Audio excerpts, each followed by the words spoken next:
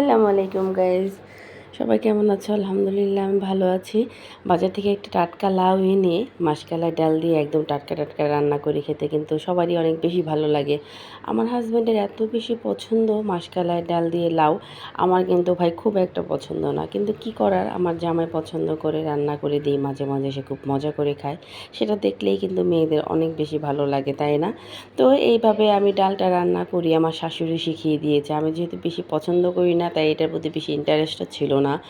কিন্তু আমার শাশুড়ি যেভাবে শিখিয়েছে আমি সেভাবে রান্না করি। পরে দেখি যে না, আসলেই মাশাআল্লাহ খুব মজা হয়। আর এইদিকে আমি আলু বেগুন দিয়ে একটা ইলিশ মাছ বের করে নিয়েছি ফ্রিজ থেকে। আমার বাচ্চাদের আবার এই তরকারিটা খুব পছন্দ, আলু বেগুন দিয়ে ইলিশ মাছ।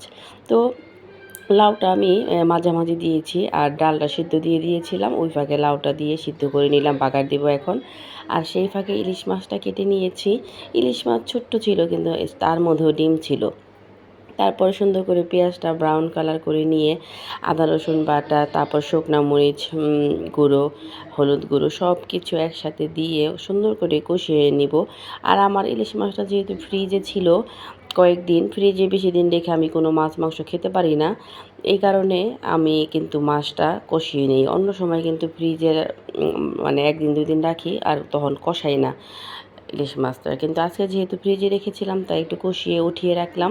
আর আলু বেগুন সুন্দর করে কষিয়ে একটু পানি দিয়ে সিদ্ধ করে নিলাম। তারপরে যে কষানো মাছটা দিয়ে দিলেই হয়ে গেল আমার মজাদার সুন্দর ইলিশ মাছ রান্না। তোমরা কে কে এভাবে খেতে পছন্দ করো অবশ্যই জানাবা কমেন্টসে। আর ইলিশ মাছের আরেকটু ডিম ছিল ফ্রিজে রাখা অন্য একটা মাছের, সেটা দিয়ে মিক্স করে আমি করলা ভাজি করেছি। এইতে আমার ইলিশ মাছ ফাইনালি লুকিং, সবাই বলবা কেমন হয়েছে। আর মাসকালাই ডালের বাগাটা দেখাইনি তোমাদের, মাসকালাই ডাল দিয়ে লাউ দিয়ে মাসকালাই ডাল। আর এখানে দেখো আমার করলা ভাজি, খেতে যে কি মজা হয়েছিল বলার মতো না। তোমরা সবাই এভাবে রেসিপিটা ট্রাই করতে